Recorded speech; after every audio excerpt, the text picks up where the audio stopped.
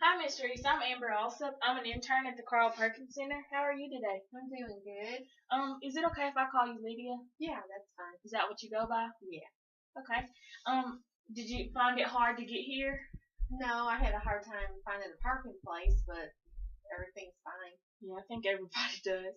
Um, our bathrooms are down the hall to the left if you need to use it at any time. And if you need to go smoke, there's a picnic table out back. We can go out there together if you like. If you don't want to stop the conversation, I can go out there with you. Okay.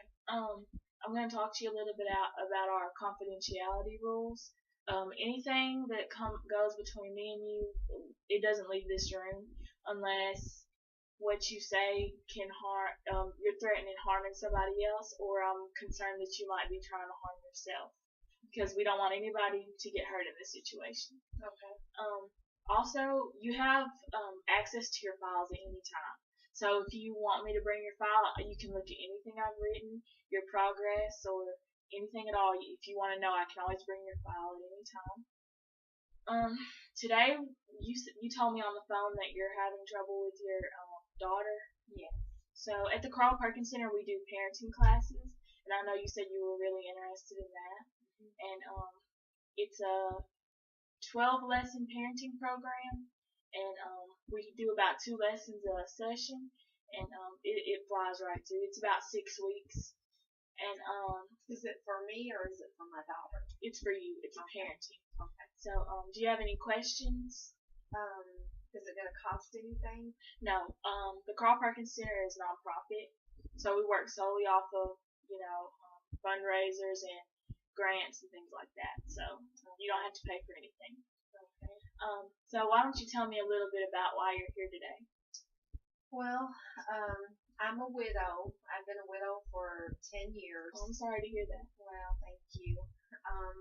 And I have 2 daughters, and basically my older daughter and I have really good lines of communication. We're pretty much able to talk about anything, and she's real open. But my youngest daughter, who just turned 17, is very much to herself. She won't let me in. She won't talk to me about anything. She doesn't discuss anything with me. I just kind of find out things that are going on, like at school and all that, just kind of by chance. And now she has a boyfriend, and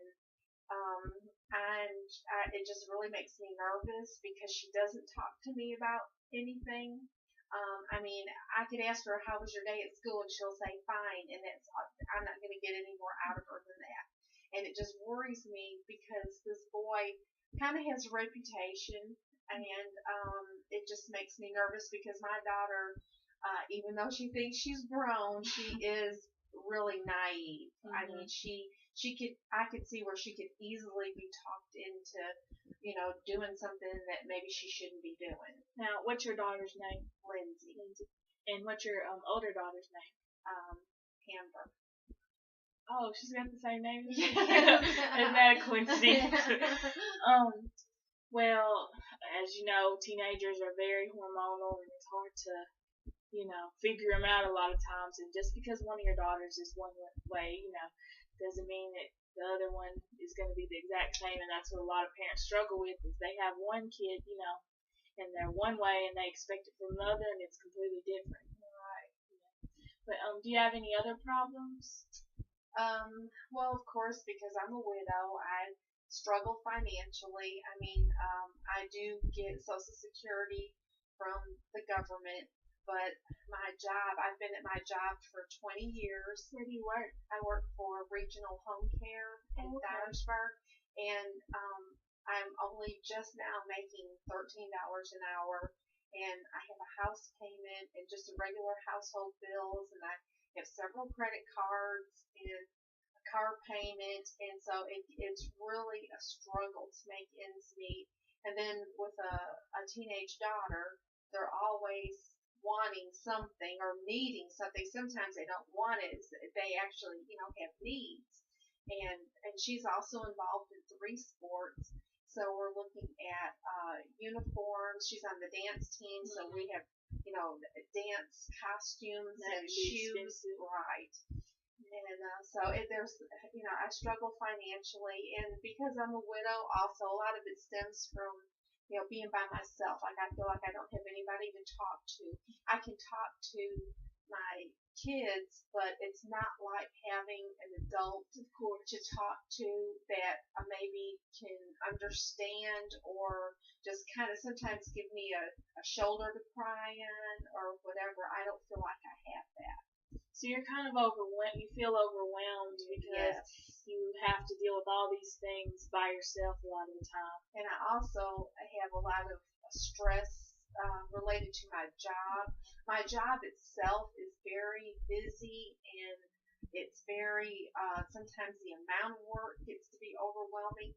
And I also have a boss that is terrible to have to deal with, and she just makes the days hard for everybody, not just me. I mean, she makes it hard for everybody. And it just gets to be everything combined.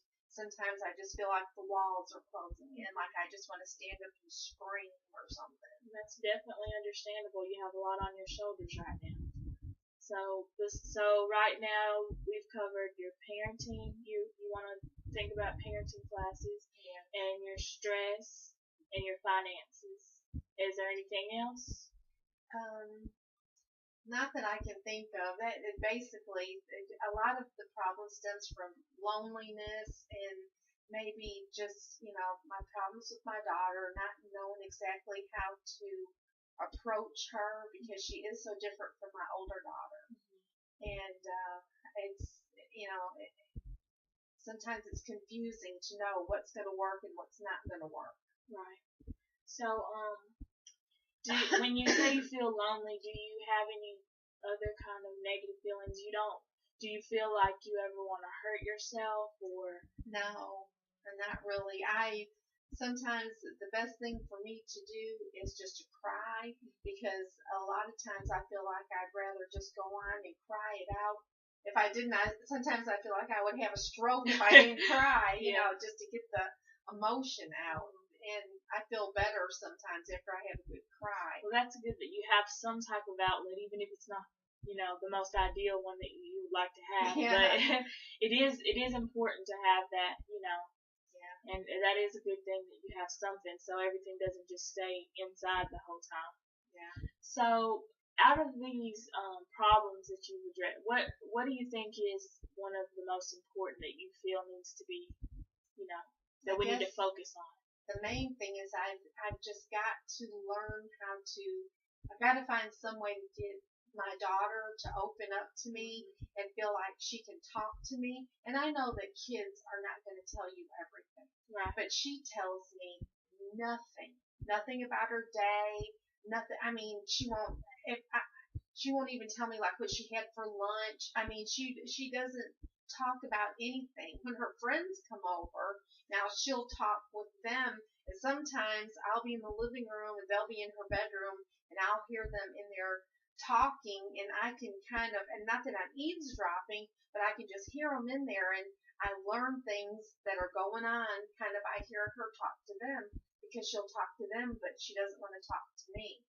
Now, I know you said that your daughter does a lot of sports, and you work a lot. So, how much time do you think you have together? Do you think?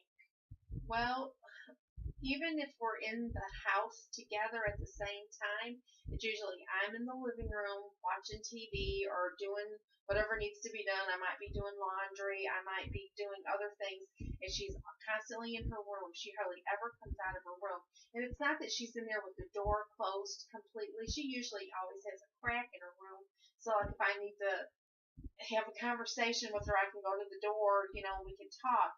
It's not like she's completely closing the door and closing me out, but yet if she's in her room, she's texting on the phone.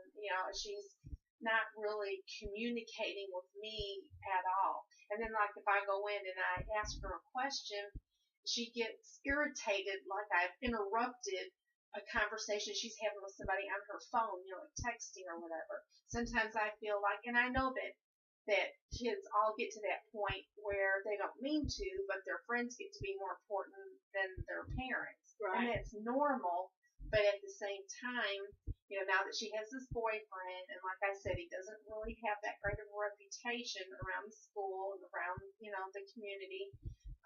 People have told me that since he's been going out with her, that he's trying to do better, and because he really likes her, and he knows, how I've raised my girls, and he's really trying to do better. And people have told me that he is doing better, and I'm glad, but it still makes me nervous that his old ways are there just under the surface, and she's so naive.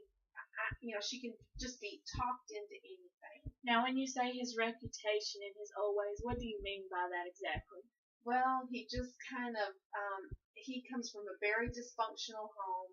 His mother has been in prison for a year and a half and just recently got out, and she does not live in the same town where he does. His father might be in the area, but he has little to no contact with his father. Right now, he's basically homeless. He goes between a friend's house and an aunt and uncle that let him stay with them. He just goes between the two houses. He stays with his friend so that he can get a ride to school. And he's in contact with his mother. I mean, his mother loves him to death, and his mother just made some mistakes, and she's paid her dues, and now she's out and she's trying to do better. But he has 4 older brothers. He's the youngest, and I think that he's been babied a little bit and been let get by with a lot of stuff. I don't know. I'm not saying that he's like robbed anybody, or he hasn't done anything that bad that I know of, but he just kind of has a reputation like going from one girl to the next, and he's had multiple ex-girlfriends and all, and I don't know if he's looking at Lindsay as a conquest, like, boy, if I could get her, I've really done something, and I don't know if that's his interest in her, or if he really truly does like her and he's really truly trying to do better. So you're worried that he might be using her in a sense, Right. maybe for her body. Right, and I'm afraid that she's going to wind up with a broken heart, and that's why I try to talk to her about it, and just try to tell her, this is what a lot of guys are after, and once they get what they want, they just move on to the next person.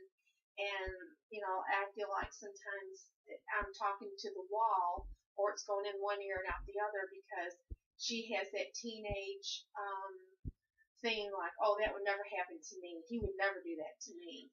It's because she's naive, she's inexperienced, and she has to learn. I mean, I know this is just part of the growing up process. We all have to learn and all, but and I feel like sometimes I need to sit him down and just tell him, if you ever feel like you want to break up with her, if you're not getting what you want from her, that's fine. Do it. Break up with her, but don't cheat on her. Because we live in a small town, word gets around, and his ex-girlfriend has a group of girls she runs with, and they are rough. And they've threatened Lindsay. They've threatened that they catch her out, they're going to beat her up. I mean, and that worries me. Like, even for her to go to a basketball game, because he's a basketball player, it bothers me that she might go in the bathroom, and those girls might come in the bathroom and try to do something to her. And she's tried to avoid them. She doesn't say anything back to them because she said it just eggs them on and makes it worse. So I think she's handling that probably the right way. But at the same time, I'm her mother, and I feel like I'm trying to let her handle it, but I don't want it to get out of control, and I don't want her to get hurt. Because there are a lot of teenage girls that could stand up and defend themselves and fight back, and Lindsay's not like that. She's tender-hearted, and, she hates confrontation of any kind. And me and my older daughter sometimes get into not really even fighting, but just, saying words back and forth. It just makes her upset. She goes in her room. She doesn't want to be around. She doesn't like confrontation. And it just worries me that and of course these girls don't travel alone. They travel in a pack. And so it wouldn't be 1-on-1. It would be 3 and 4-on-1. And it just really worries me for her safety.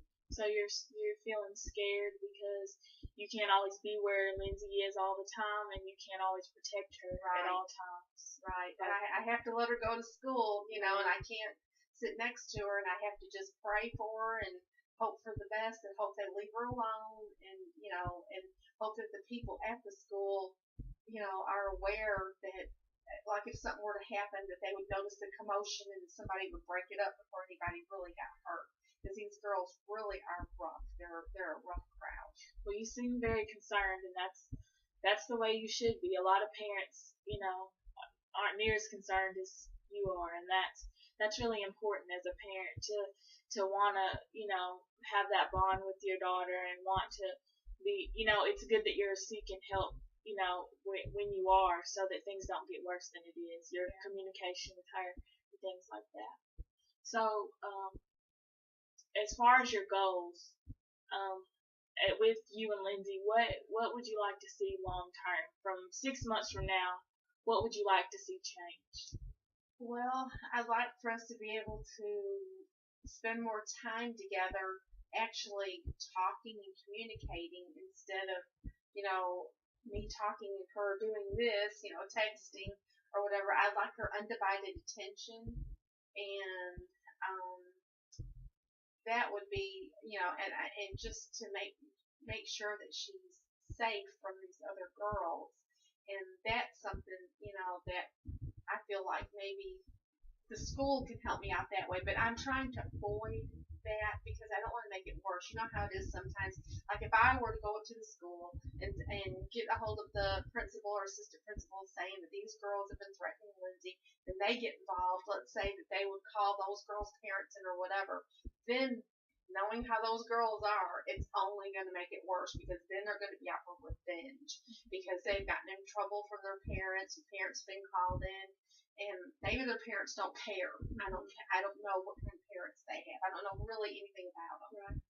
But it just makes me nervous. But if Lindsay can just get to the point where she feels comfortable, just sitting down having a conversation with me about her day or about what's going on, like like she can say like his ex-girlfriend said this or that to me on Facebook, or and just mainly open up and let me in, let me into her life. Now, when you do talk to her, do you tend to talk about her boyfriend and those girls all the time? Do you tend to talk about that a lot, or do you try to talk about other things? I try to talk about, just regular daily stuff, like I'll ask her, if anything went on in school today, and she'll usually say, no, not really. Or if she's had practice for one of the sports that she's involved in, I'll say, did you go to practice? How did practice go today? Or, did a lot of people show up? Or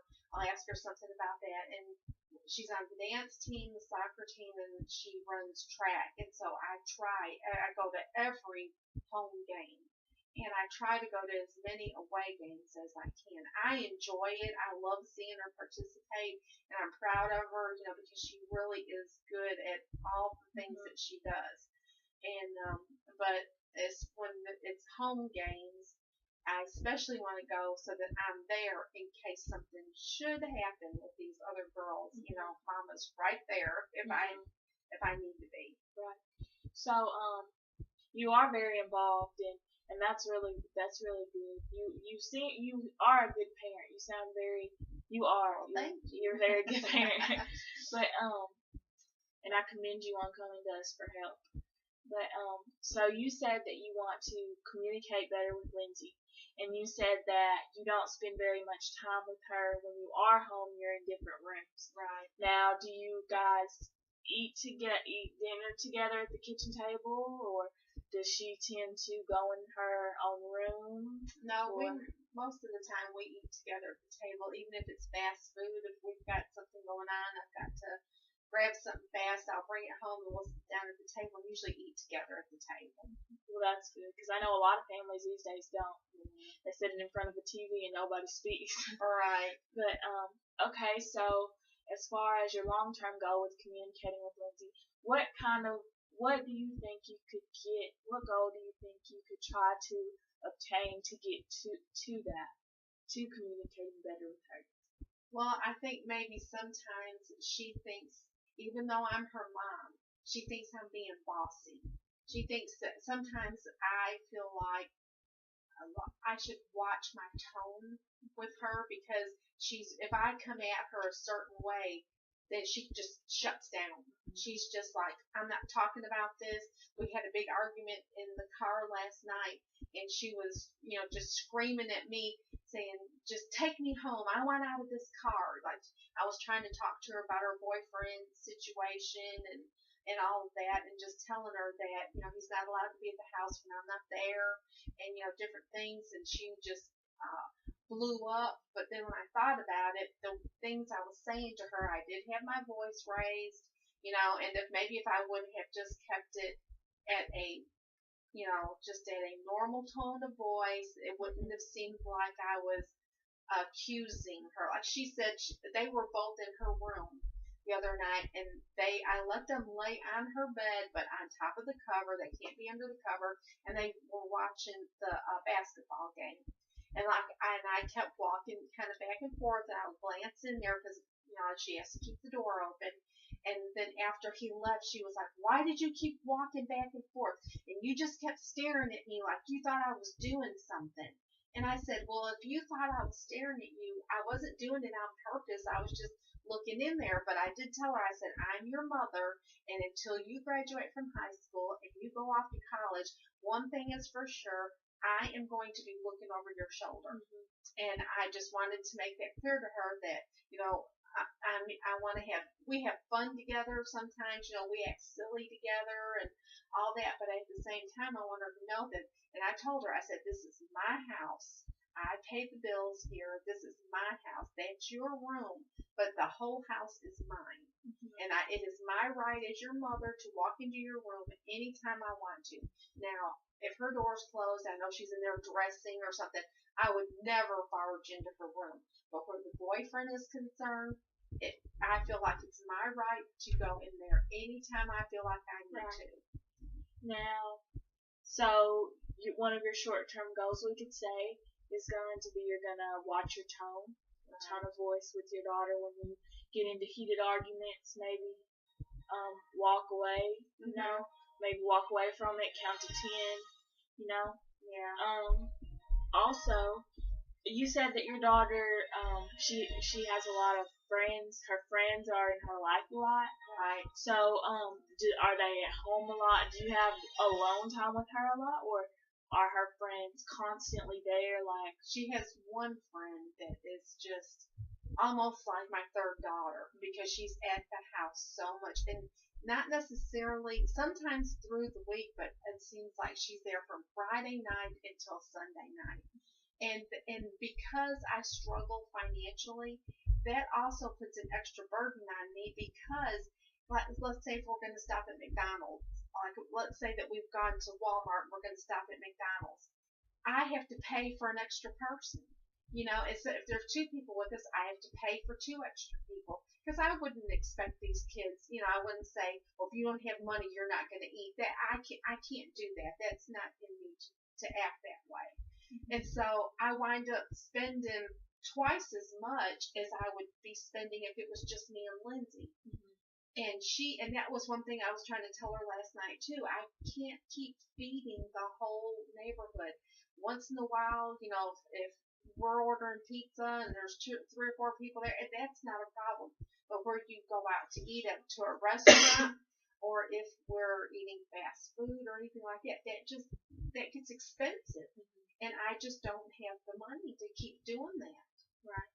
So, do you feel like maybe your house might be more calm and more time for you and Lindsay if maybe you limited her time with, not necessarily limit her time with friends, but maybe designate certain weekends, this week, every other weekend, maybe, or something like that to where you have alone time where it's just you and Lindsay, maybe? That would be really good if I could tell her, every other weekend, no kids. You can go, you can go pick them up and you can go do something, if you wanted to go to the show or something.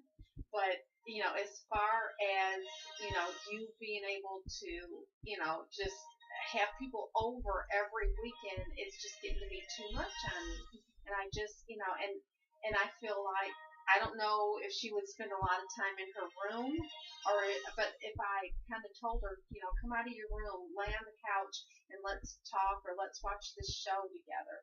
There's one show that we both like. She likes Dance Moms, and I like it too. So a lot of times she'll come out of her room and lay on the couch, and we'll watch TV together. We'll watch that show together. So do you think that could be another thing you could do together, even if it's watching TV, maybe more together time? Yeah. If she's in her room watching TV and you're in the wherever in your room or the living room, wherever you're at watching TV, maybe you could find a show like you like and come together every time you see that it's on.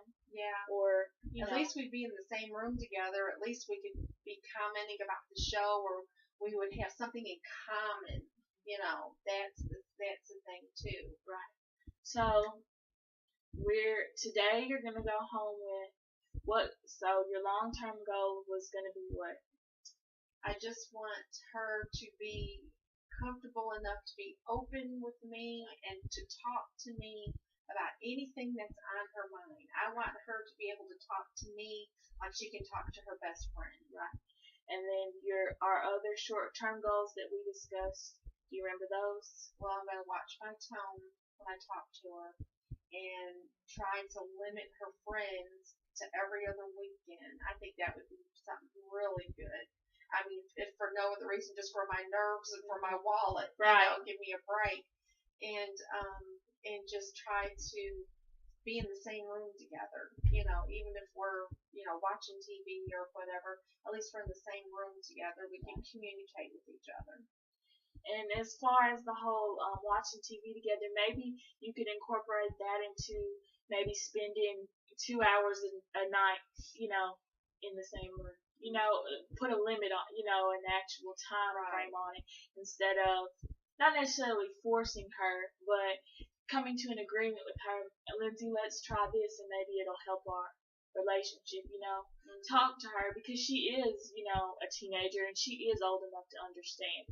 And once you approach her and talk to her in a good tone, like we discussed, then maybe that, tell her, hey, I want us to be in the same room together, and I want us, just for a couple hours every night, just so even if we don't necessarily talk, that might help our bond a little more, a little more. At least I can look over there and see her. Right. It's like, sometimes I feel like if she were to be kidnapped and they said, what was the last thing that she was wearing, I'd be like, I don't know, I didn't see her.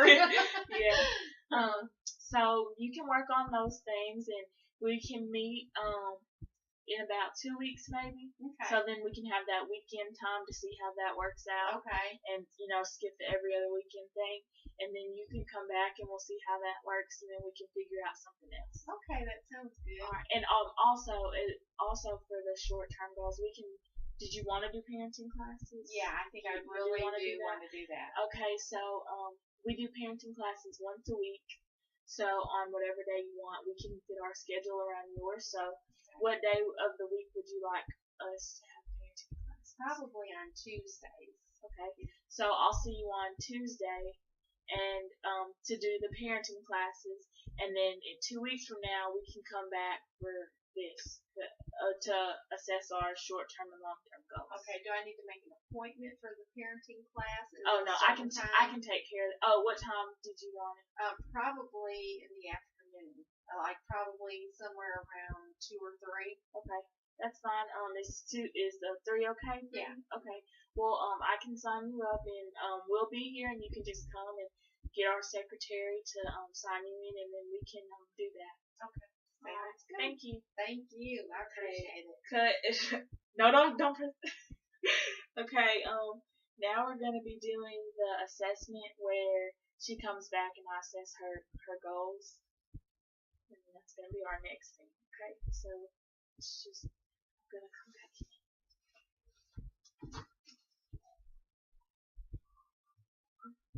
Hi, Miss Reese. How are you today? I'm doing good. Good. So, how's everything going? Well, some things are better. I've really been trying to watch myself and how I talk to Lindsay, how I speak to her. Been trying to more or less pick my battles, like let the little stuff go and just kind of, just talk about the big stuff, things that really bother me. But I've really been working on watching my tone of voice when I talk to her, and she seems to be receptive to that. Like she seems a little calmer.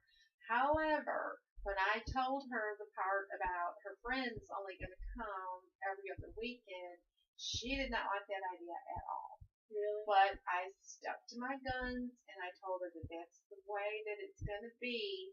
And so they wound up Friday night, she just stayed home. And then Saturday night, she went to the show and then went to Applebee's after the show with her friends. And then she came home. And it was just, I mean, she would never admit it, but I think that she enjoyed the peace and quiet Being a little alone. bit. Yeah, I think that she just enjoyed, not because when you have friends over, even if it's your best friend, to a certain extent, you feel like you have to entertain them or see to their needs or whatever. I think that she was able to relax a little bit, right, and get some rest because she instead of doesn't sitting have up all night. Because they'll just stay up all night, and then the next day she's just worthless because they've been up all night talking and laughing and giggling. I mean, that's normal to a certain extent, but then then the next day she's just, you can't get anything out of her. She doesn't want to clean her room. She's tired and she's grouchy and all that. So I really think that it did her some good, and she would, like I said, she would never admit it, but I think she really, liked just having her room to herself and just kind of being able to chill out a little bit. Yeah. But she still did get to see her friends, but they just weren't at the house. So you didn't have to spend the money like you right. said last time and those kind of things. They weren't in your face right. either. So you had time to have your alone time. Exactly. And try to be stress free. Exactly. Now, as far as the other goal we talked about,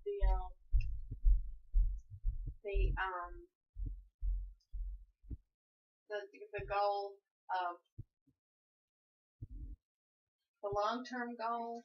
No, we said you were gonna watch your time, and then we said that you were going to have less people over, and then the TV time. Right, and we did do the TV time. We like I said, we both like Dance Moms. And so and then now Dancing with the Stars, and she's on the dance team, so she really likes to see like the people dance, the different styles and all that. That's something that she's really interested in.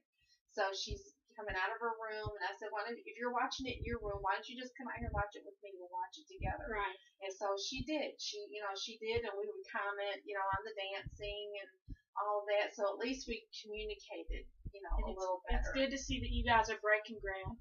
Excuse me.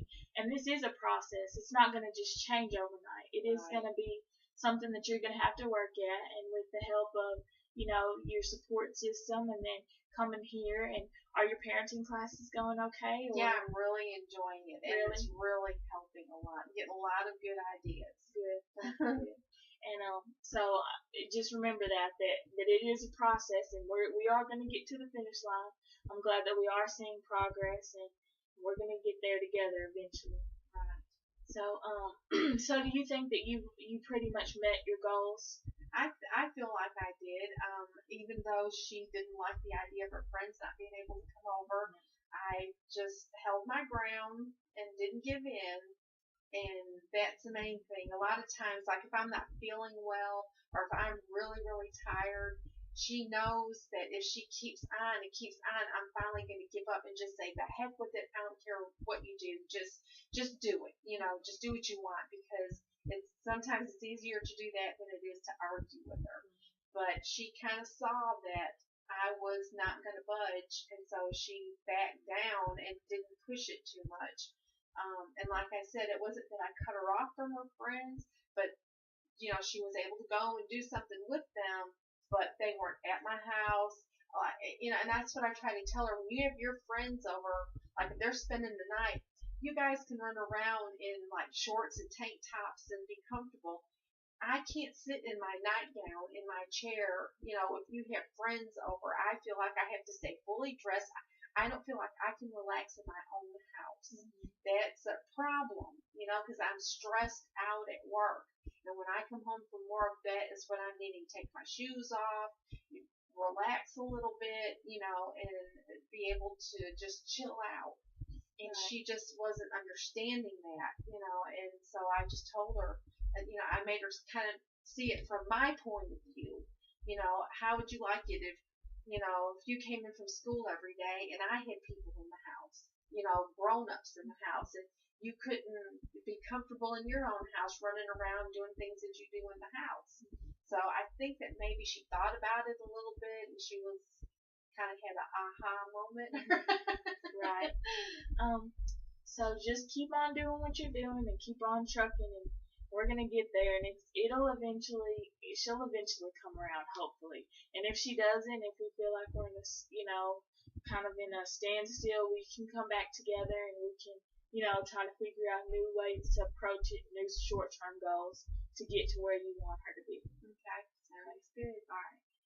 And then cut, and then we're gonna do termination. So action. Lydia, we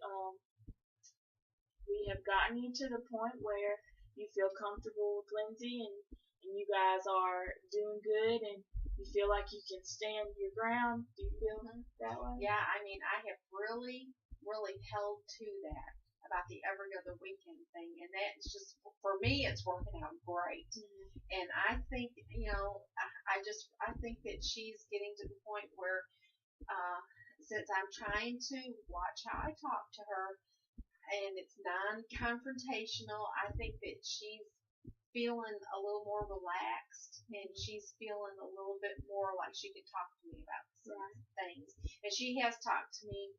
I try not to push her too much, but like I'll ask her things about her boyfriend, like, oh, did he like this or did he like that? Like I bought him some chocolate and a bunny rabbit for Easter, just kind of as a joke. And so, that meant a lot to her that I bought her boyfriend something for Easter. That's showing her that, okay, I like the boy, I don't have any complaints yet. And so far, so good. Everything's going good. He's being respectful. He was at my house last night, and he actually, on his own, took my garbage out for me. I mean, he's just trying. It's like he's trying. And that's all I asked of him, because, like I said, I know that he comes from a real dysfunctional background, and I feel sorry for him in a lot of ways, because he's basically homeless. He's just staying with whoever will let him stay with them, and he's doing good for everything that he's been through. Right. And he's trying to get on the right track and stay on the right track, and that's why I feel like maybe he sought Lindsay out, because he knows that Lindsay is not like his old girlfriend in that group she runs with. She's a nice girl. Right. And I think that he feels like if he wants to stay on the right track, he's got to get somebody that's going to be there with him, not trying to pull him the other way. And so maybe, so far no complaints. He's been behaving. She's been behaving. We haven't had any major blowouts or anything, and just trying to talk. Now, when Lindsay comes home from school, where does she tend to go? Does she still tend to lock herself in her room? Sometimes she'll usually go in her room, depending on if she's coming in from practice. If she's coming in from practice, she'll go and dump everything, her backpack and all that, in her room, and usually get right in the shower. And but if she's just coming in from school, now I'm usually at work when she gets in from school. So, and I know that she's tired because she is involved in a lot of sports, and then she tends to stay up late texting and all that. And so a lot of times when I come in from work, she's in her room, but she's taking a nap, which that's fine. I totally understand that. It's not like she's in there and just shutting me out. She's just, doing what normal teenagers do.